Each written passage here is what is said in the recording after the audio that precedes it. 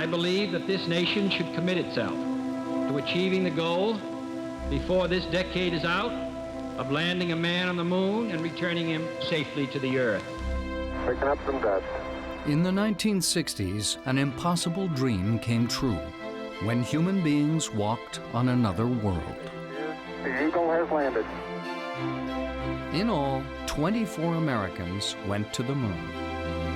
But it took an unseen army of over 400,000 engineers and technicians to make it possible. This is the story of the men and women who built the machines that took us to the moon.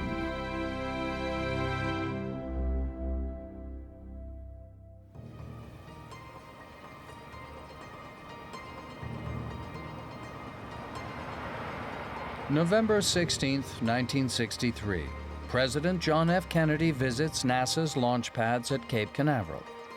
But while the president was focused on landing a man on the moon, his chief rocket designer, Wernher von Braun, was already thinking about what the astronauts would do once they got there.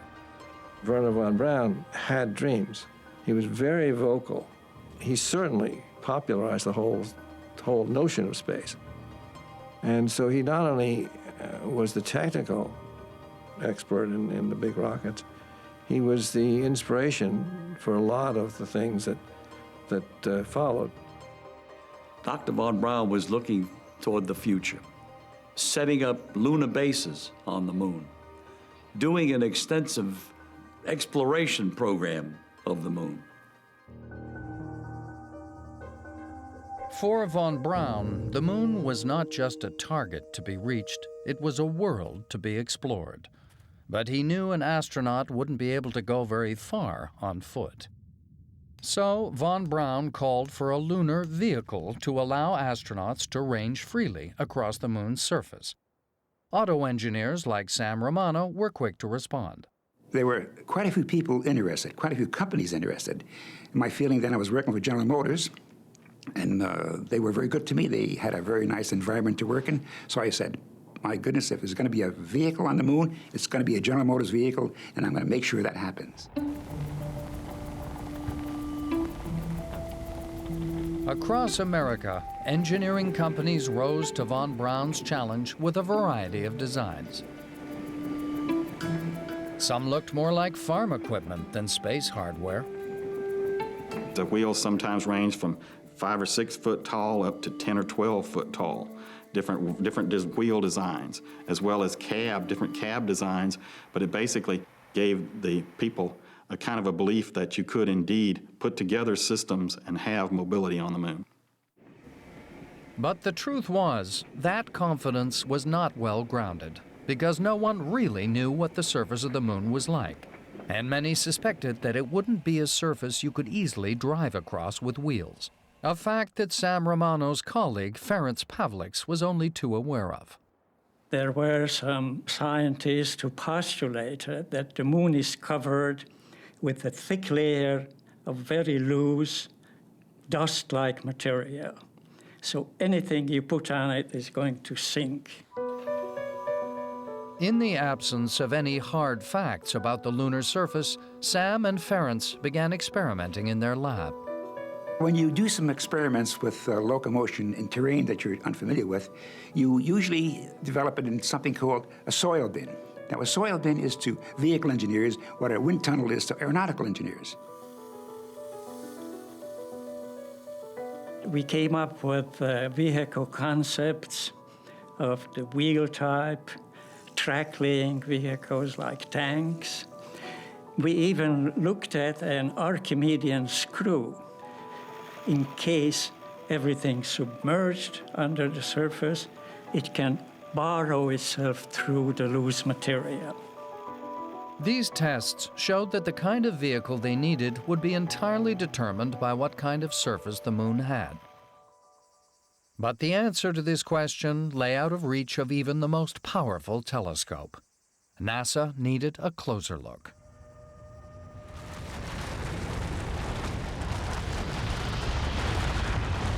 It was only 4 years since the first satellites had gone into space, yet NASA's ambitious Ranger program was already being sent to the moon. These primitive lunar probes carried television cameras which would relay live pictures of the surface as they got closer and closer. But the moon was a difficult destination, and the first missions failed to achieve Earth orbit or missed the moon altogether.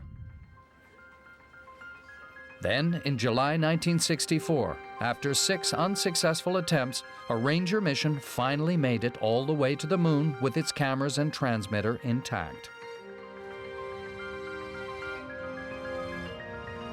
Lacking the ability to slow down, the spacecraft hurtled faster and faster toward the surface, sending back pictures until the final moment.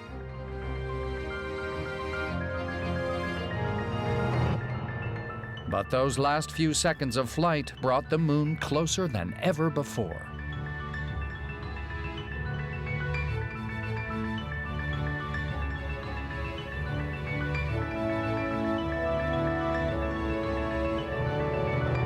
NASA had finally proved they could get a spacecraft to the moon. The next step in understanding its surface better was to attempt a landing. The unmanned surveyor probe was designed to touch down gently in the soft lunar dust. At least, that was the plan. When the surveyor landed, it bounced something like 10 feet in the air and then continued to bounce a few more bounces until it finally came to rest. And therefore, we realized that the lunar surface itself would probably have consisted of a very fine layer of upper layer and a very hard surface beneath it. The Surveyor 3 mission proved that the moon's surface could support a wheeled exploration vehicle. Armed with these first direct measurements from the lunar surface, Ferenc Pavliks began locomotion tests on Earth. We knew from the surveyor testing, wind-blown sand is very similar to what the lunar surface is covered with. And that's why we selected this sand dune area.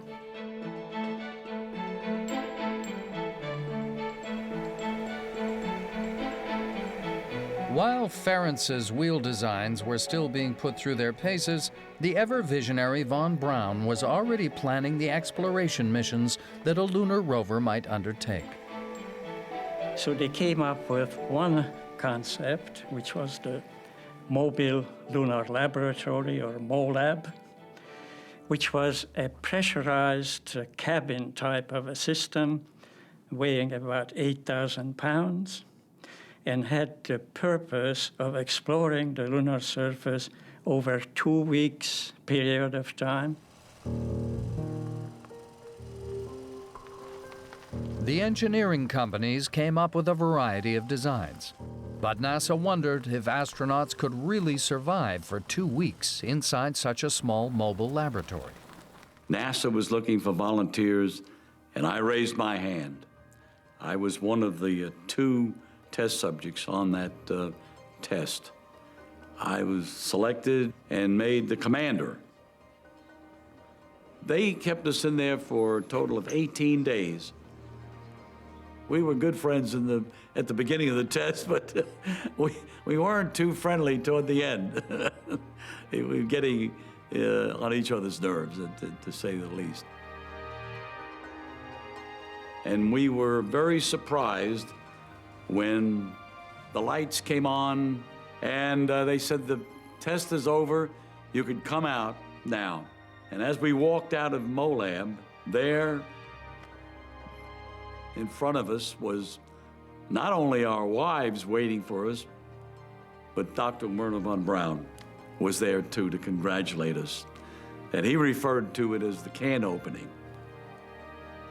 We proved that we could live in that MOLAB for at least 18 days and probably could have gone longer.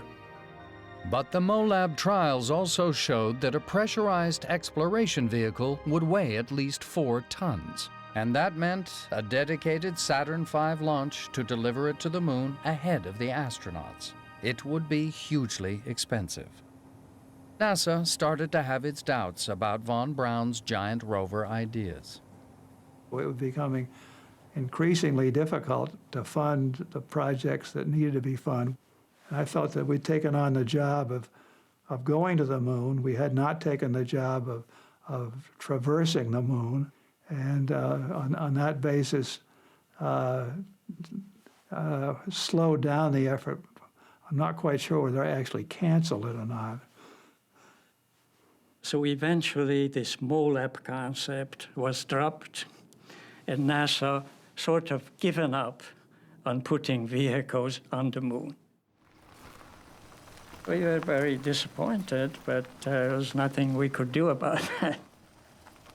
It seemed that lunar rovers were destined to remain grounded on Earth, and the astronauts' exploration of the moon limited to a few short walks. But over at General Motors, there was one man who refused to take no for an answer. We continued with General Motors money. We decided to look at smaller rovers. I decided that can be done, it should be done, and we want to do it.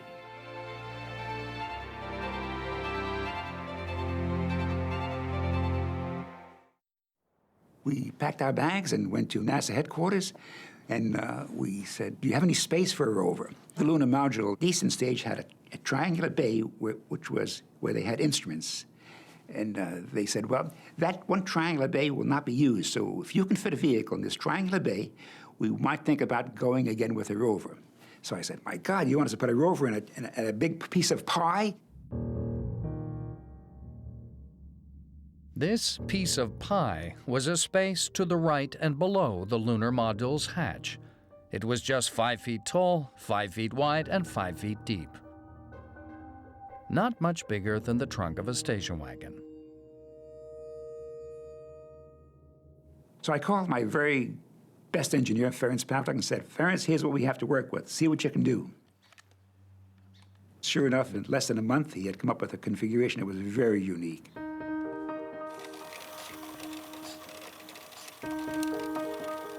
I decided to build a scale model. I like to build models. It was a family affair. My wife helped in making the seats, and I used the G.I. Joe toy of my 7-year-old son to be the astronaut.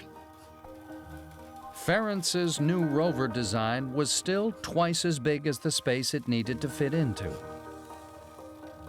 It was going to be quite a feat of origami to get it in. We came up with an idea of folding it together. So first we had to fold the seats down. Then the end of the chassis was hinged and folded over 180 degrees. The forward chassis section was also hinged and folded over. Then the suspension linkage was designed such that folding in the wheels, they assumed a 90-degree angle. So this package now could fit into this triangular envelope at one corner of the lunar landing module. And I said, Ferenc, we got to go to Huntsville and show Dr. von Braun what we have here.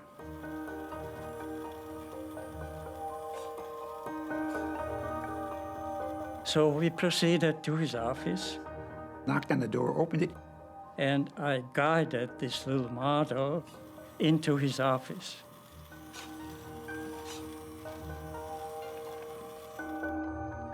Now, he was at the telephone at the time.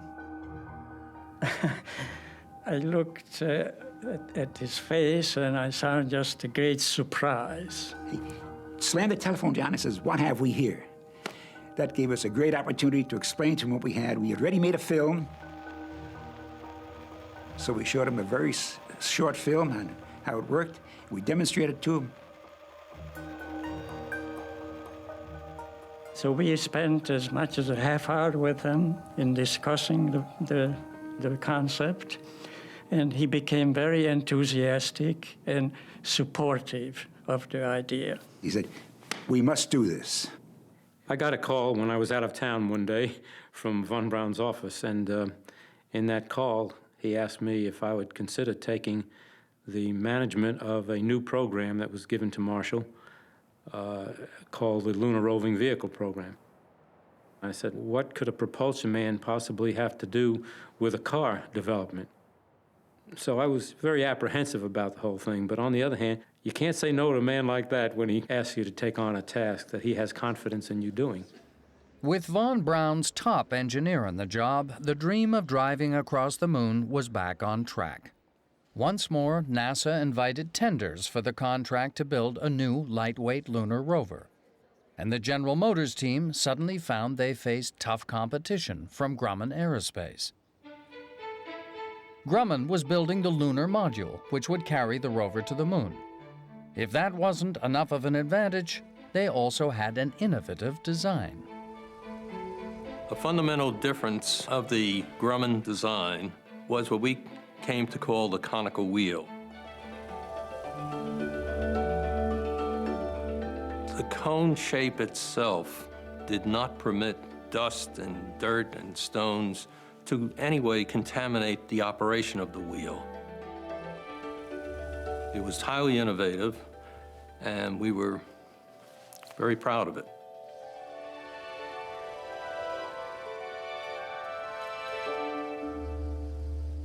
The Grumman thought is downstream.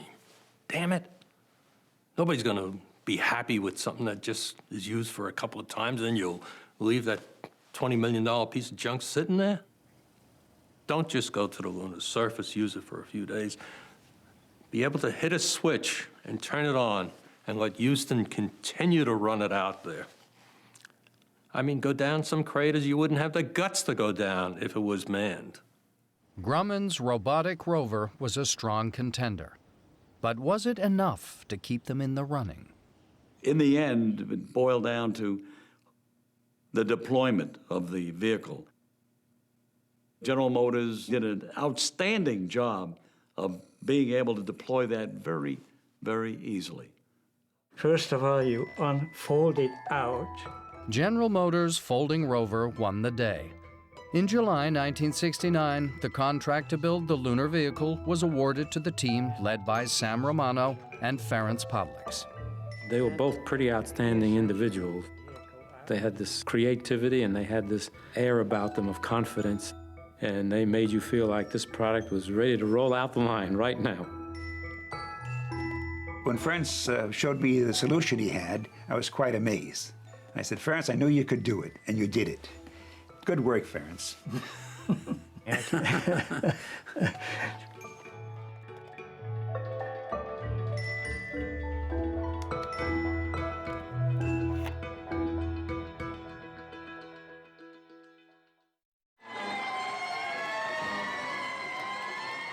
July 1969. The crew of Apollo 11 has returned, the first men to walk on the moon. Around the world, crowds celebrate their achievement. But for a small group of automobile engineers, there was something else to celebrate: the chance to build a lunar rover. We were celebrating the winning of the contract, but now we had to get down to work, and we had many, many challenges to overcome. One was the timing. We had 17 months to be ready for the Apollo 15 flight. To help them deliver the rover in time, General Motors had teamed up with the giant aerospace company, Boeing. But even their rover project manager, Gene Cowart, thought the deadline was a little tight. I really wondered about the length of time that we're given to do it, but I was told to make it happen as far as the engineering went, and that's what we did, night and day, it seemed like. Ferenc and Sam already had a working miniature of their rover design, but now Boeing had to build it for real. And their toughest task was to make it light enough. They sent 2 fuel only, no critical. He didn't want to say critical. Every extra pound on the rover meant the LEM would burn more fuel as it descended to the moon. Now the LEM, when it comes down over the moon, does not immediately just sit down. It hovers over the moon. It has to be able to traverse, looking for a place to land. 60 seconds. 60 seconds. Each pound on the rover costs about 1/10 of a second in hover time. 30 seconds. 30 seconds. Now, this is important because the more weight they have to carry, means that they're going to expend more fuel hovering. Contact light. Apollo 11 had landed with only seconds of fuel remaining. It was clearly vital that the rover be as light as possible. We copy you down, Eagle. The original goal was to have a rover that weighed 400 pounds. That meant that everything, we were counting ounces and tenths of ounces during the development program, because realize now the rover was an add-on to the basic lunar module. And there were other challenges emerging as the first humans to walk on the moon returned with direct accounts of what the lunar dust was really like. It was more daunting news for the rover designers. The astronauts quickly learned that the dust adhered to everything they touched. But it was a verbal description. We weren't sure what a wheel would do in it. A novel kind of extraterrestrial tire was needed. The engineers had to reinvent the wheel. We knew we couldn't use rubber tires because there's no atmosphere up there, and the rubber, it gets very hot and very cold. And secondly, if you had a flat, you were really in very bad shape. You couldn't get back. So we began looking at metal-type wheels. And we decided that we need to develop a metal wheel that was an analog of a tire. That is, it had the same characteristics of a tire. So we made a wire mesh and a cylinder. Then you take the ends of the cylinder and bring them around, you find that it becomes a wheel. The outer surface was woven piano wire, hand woven. The design of the mesh was such that when the wheel touched the surface, it could pick up soil. But as the wheel continued to rotate, the flex design of the wire would open up where it would clean itself. We tested individual wheels in a soil bin facility. We could test the flotation of the wheel, the traction it could develop, and how much motion resistance had to be overcome, which was required to size the drive system, the motor, and so on. Each wheel would be driven by its own separate electric motor sealed into the hub. These were powered by an array of batteries in boxes on the front of the rover. We did not know the amount of energy it might take to drive a wheel through the lunar surface. If it rode on top of the surface, it'd probably take very little battery capacity. If it dug into the surface, it's like driving through mud. It would take a lot more energy. Another problem for the battery team was temperature. If the batteries became too hot or too cold, the entire rover would stop working. For the thermal control system, we were given a weight budget of 10 pounds. 10 pounds to do all the things we needed to do to keep the temperatures within bounds. A conventional liquid cooling system with pumps and pipes was always going to weigh more than 10 pounds. Some ingenuity was required.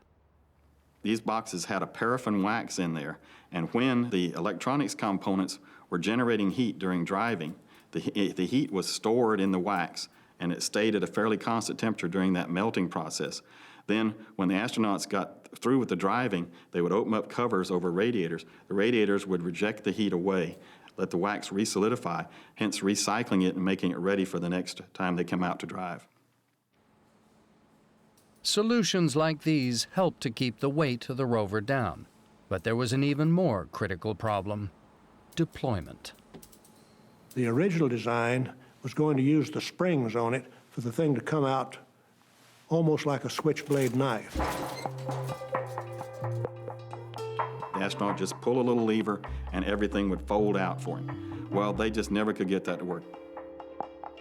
We tried different things on this. We had a day to demonstrate that once, and all of the senior people came to see it. They had a bunch of dignitaries there to watch this deployment. They pull the cable. The thing went halfway and a loud crack and stopped.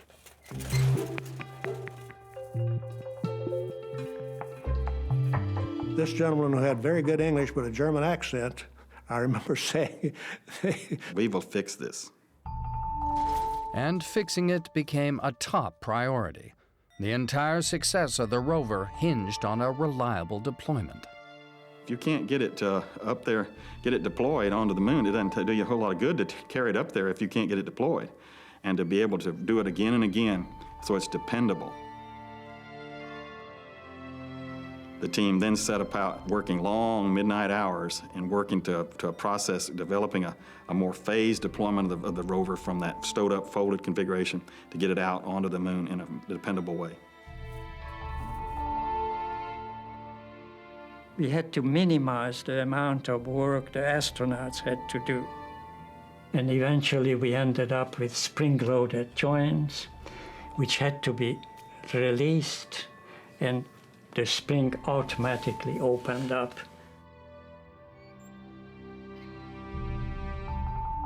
It was very joyous occasion there for the engineers when they got it to unfold, because that was progressing along as being a real showstopper. But it wasn't the rover that proved to be the showstopper for Apollo.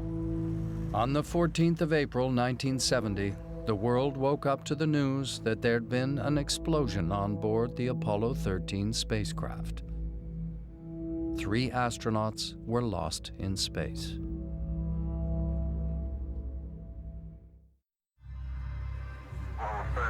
Apollo 13, this is recovery, over.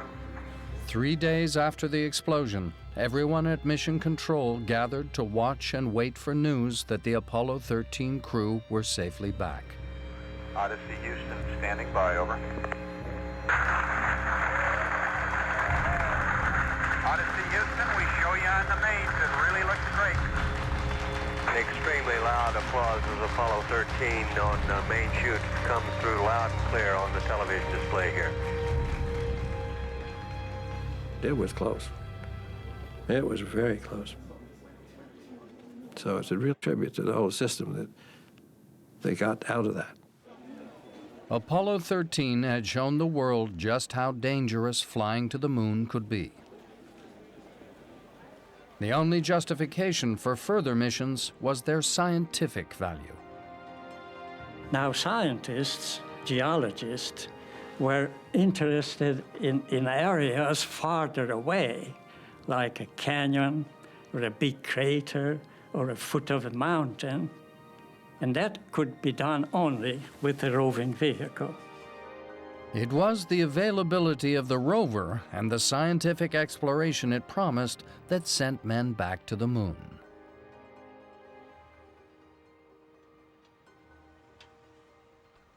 With just a year to go before Apollo 15, GM rolled out their new test vehicle. Mission Commander Dave Scott would be the first to learn to drive it. The engineers called it their 1G trainer because it had been built to operate in Earth's as opposed to lunar gravity. 1G trainer was the apple of my eye. It was a real great machine. Trainer was to be used to train the astronauts to drive the vehicle. So this vehicle had to have the same configuration, the same performance as the rover.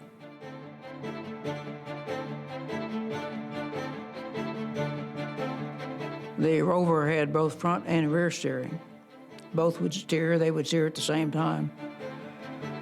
Or they could be disabled, the front or the back could be disabled. We did that for redundancy. If you turn both sets of wheels in the proper direction, it would turn around in its own radius.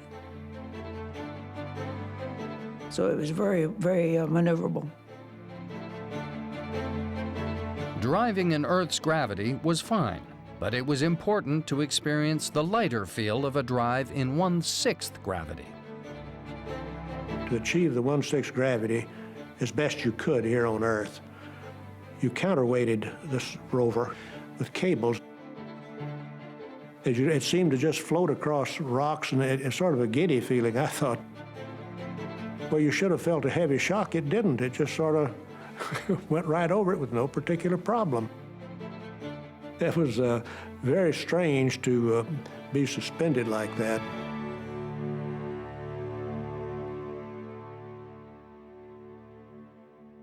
To keep an eye on the astronauts wherever they roamed across the moon, Mission Control decided they needed a mobile TV camera mounted on the rover. Adding new equipment to their already overweight vehicle was not something the engineers needed.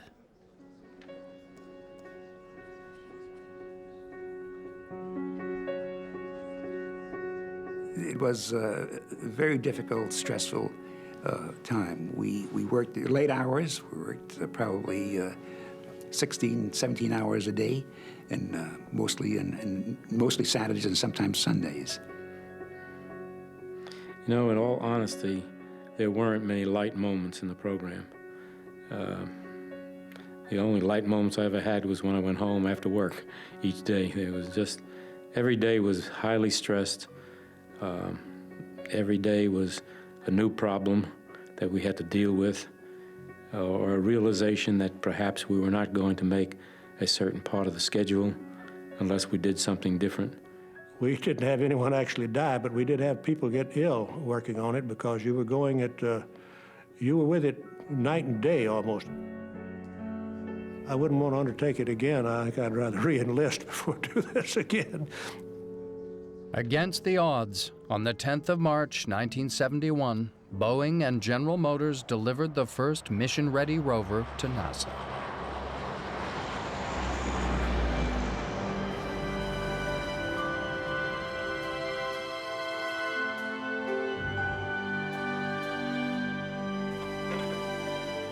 It had taken 17 months of intense development. We were elated that the system was ready for the deadline. And so it was a big occasion. We were extremely happy that we made it just by a day or two ahead of schedule. It was a great occasion to deliver the first vehicle for Apollo 15. Out of sight and contact, stowed on board the LEM at the top of the Saturn V rocket, the engineers had no way of monitoring their rover. There was nothing left to do but cross their fingers and await the adventure that was about to unfold. The day of the launch of the Apollo 15 was a very exciting day for me. As a matter of fact, my wife, Margaret, and I were also at the Cape and witnessing the launch. In a roar, a tremendous roar. I remember we were not no more than several thousand yards from the launch. And actually, the roar of the Saturn V actually made my chest vibrate. I felt the pounding on my chest, and I said, my God, this is exciting.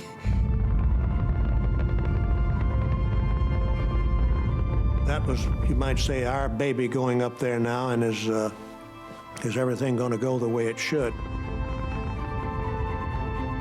Some of us who'd worked on this thing for years, it seemed like it was it's hard to believe, and yet away they went. But there's always that feeling when it gets to the moon, is it going to come out? Dave, an extraordinary television picture here. July 31st, 1971. Apollo 15 Commander Dave Scott steps onto the moon. His words echo the dreams of lunar exploration which had inspired Wernher von Braun and all the Apollo engineers. Man must explore, and this is exploration at its greatest. For the first time, Apollo astronauts were to travel miles from their lunar module, and for that they needed the rover. The engineers knew that the whole mission was riding on their design. I was at Houston in the Mission Control Center. It was very tense. Okay, Jim, let's take a look at our rover friend here. Then the great day came, and we're all watching to see the rover come out, knowing that for all the complexity of it, the rover coming out was a real meat in the coconut. Okay, Jim, go ahead. Now comes the big moment of deploying the rover. Released. It's released. They unlatched the cover to the compartment and then pulled a lanyard. And it started coming out. Football, attaboy. A little more. Keep it taut. The wheels flung open. Great elation on our part. It's coming out. And then the next step of the deployment, successful. That looks good. Finally, the whole vehicle was on the surface. Man, this thing's nice and light. So far, so good. But as Dave Scott and Jim Irwin began to check the rover's systems, they made a discovery that dismayed everyone at Mission Control. I don't get much out of turning the front wheels. Okay, Dave. Well, lo and behold, Dave Scott calls back and says, hey, the front wheel steering is not working. Negative. I don't have any front steering, Joe. We thought, that goes 17 months down the drain. Still no forward steering, Joe. Roger. Got another suggestion? I was sitting in the Mission Control Center in the 3rd row. Dr. Von Braun was in the 5th row. So when they said the front wheels are not steering, my God, I was very, very nervous. The back of my neck began to swell, get red. My ears were red. It was a very tight spot. Every second of the astronauts' moonwalk was precious. There simply wasn't time to fix the problem. Jim, you can probably tell me if I got any rear steering. Fortunately, the rover had been designed with 4-wheel steering, and the rear steering seemed fine. It would have to do. Roger, Dave. Press on.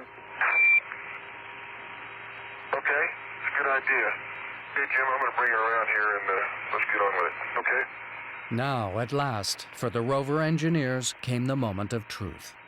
After everything it had been through, would the rover start? We were sitting on needles to see what's going to happen. Okay, Jim, here we go. Okay, Dave, we want a heading of 203. Okay, 203, checkpoint 1. Gonna miss that double increment, I can see that now.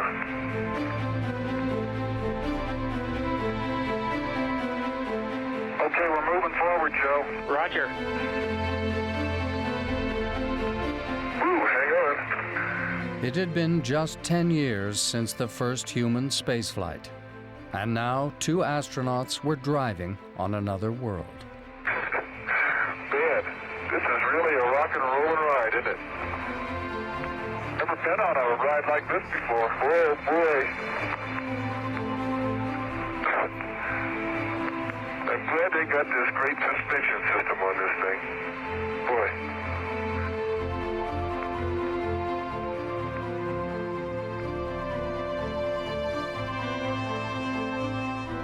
When I saw the rover working, it was the culmination of the dreams and the hard workmanship of the Boeing people, the General Motors people, and the Marshall Space Flight Center people that supported the program.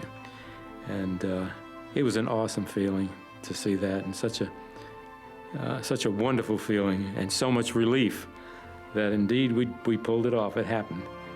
It was like winning a football game in the last 10 seconds. Well, this is really a sporty driving course. Man, oh man, what a Grand Prix this is. It was the farthest any astronaut had ventured from the relative safety of the lunar module. But Mission Control was able to keep an eye on them thanks to the new improved TV camera mounted on the front of the rover.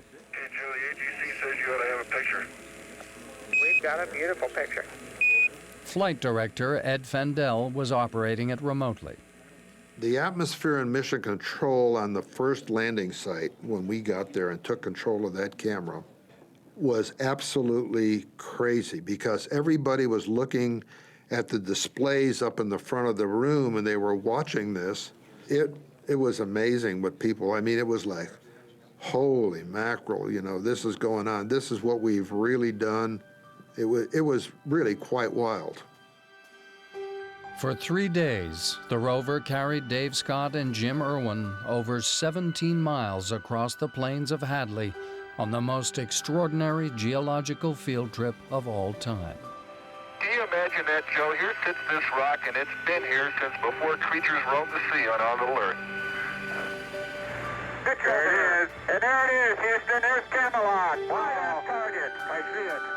2 more rovers were flown to the moon on board the last Apollo missions, 16 and 17. In April 1972, the second rover transported explorers Charlie Duke and John Young across the Descartes Highlands. That's 20 pounds of rocks. Oh, Tony, if It's got some beautiful crystals in it, though. They brought back 200 pounds of rock samples, which revolutionized our understanding of the moon's geology. And in December 1972, the third rover took Gene Cernan and geologist Jack Schmidt deep into the volcanic Taurus Littrow Valley. Orange soil. It's all over. Orange. Together, the three vehicles carried their crews safely across more than 56 miles of rugged lunar terrain. The discoveries they made helped scientists to reconstruct the earliest history of our Earth and its moon.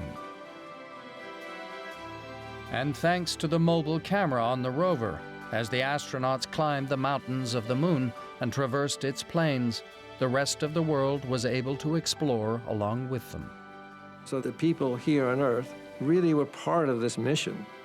And I think it enhanced the whole human experience because, you know, we did do this, in a sense, for mankind. It was an astonishing achievement of mankind. By the end of Apollo 17, Ed Fendell had captured over 50 hours of live TV from the surface of the moon. He now had one last chance to film something he'd been unsuccessfully trying to capture since Apollo 15, a lunar liftoff. The 6-second delay between pressing the buttons at Mission Control and seeing the results on his screen made this a difficult task. On Apollo 15, we had some motor problems with the camera system. What a ride, what a ride. On Apollo 16, the lunar module flew out of the picture. On Apollo 17, what I was watching to get those pictures was a sheet of paper. And on that sheet of paper was time versus command. The command to tilt the camera up and to zoom out actually were transmitted before liftoff, so that when the lunar module started to move, the camera was already in operation. 3, 2, 1, ignition. Right away, Houston. Vector good. Apollo 17's liftoff ended mankind's exploration of the moon. But the machines that took us there had done more than transport a couple of dozen Americans to the lunar surface. They had expanded the horizon of humanity. We were no longer an earthbound species. It was a profound step in the evolution of the human race. But for the 400,000 men and women involved in the Apollo program, it was simply the highlight of their lives. Well, occasionally when I look at the moon, I can see 3 places where the rovers exist. I know they're there, and I feel good about them being there. And I'm sure that all the folks that worked on the rover and worked on the Apollo program feel the same way. It was quite an experience. I feel like I was so fortunate to have been born when I was born and to have had the opportunities that I had to participate in mankind's greatest adventure. And it's with deep humility that I look back at those days and realize what an accomplishment it really was.